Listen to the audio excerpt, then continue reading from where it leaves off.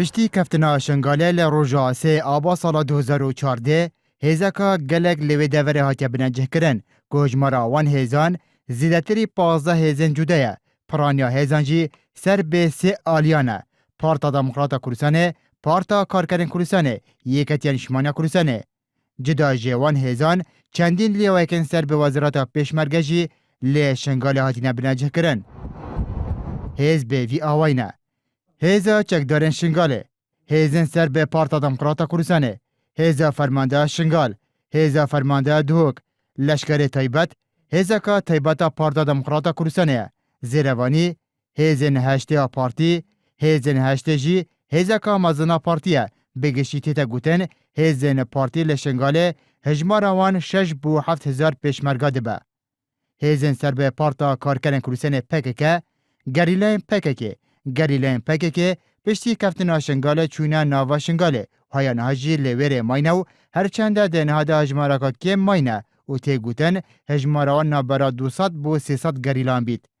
یکینه پارستنا گل یه پگه هزا یه پگه جی هف آوای گریلین پککه پشتی کفتنا شنگاله هاتینه دوره رولک سرکی دیتیه جشکستنا دورپیچا سرچیه شنگاله لگوری زانیاریان یه پکه بشکا زاوا شروان خواه وکشاندینه بو سر سنور و نهادا برهفبون وان گلک برچافنینه. یکینه پارستنا جنان یه پجه جی هف آوای یه پگه ده نهادا هاتینه وکشاندن بو سر سنور روش آوای کروسانه. یکینه بر خودانا شنگال اف هزه جالی پکه و هاتیه دامازراندنو همو اندامنوه لی خورتن ازدین شنگال پکاتیه و تیگوتن هجمارواد نابرا 2 بو 3000 شروانان بید. یه جاستار اف هزه جی در راسیده بالاکا چکدارن جنن یه پگه و او جی هف آوای گریلین پکه پشتی کفتنا شنگال چوینه دوره. یکینه جنن ازدخانه اف هزه در راسیده بالا جنن یکینه بر خودانا شنگاله. برا رزگاریا مارکس لینین ملکپا ریخراوکا چپا مارکسین ترکیه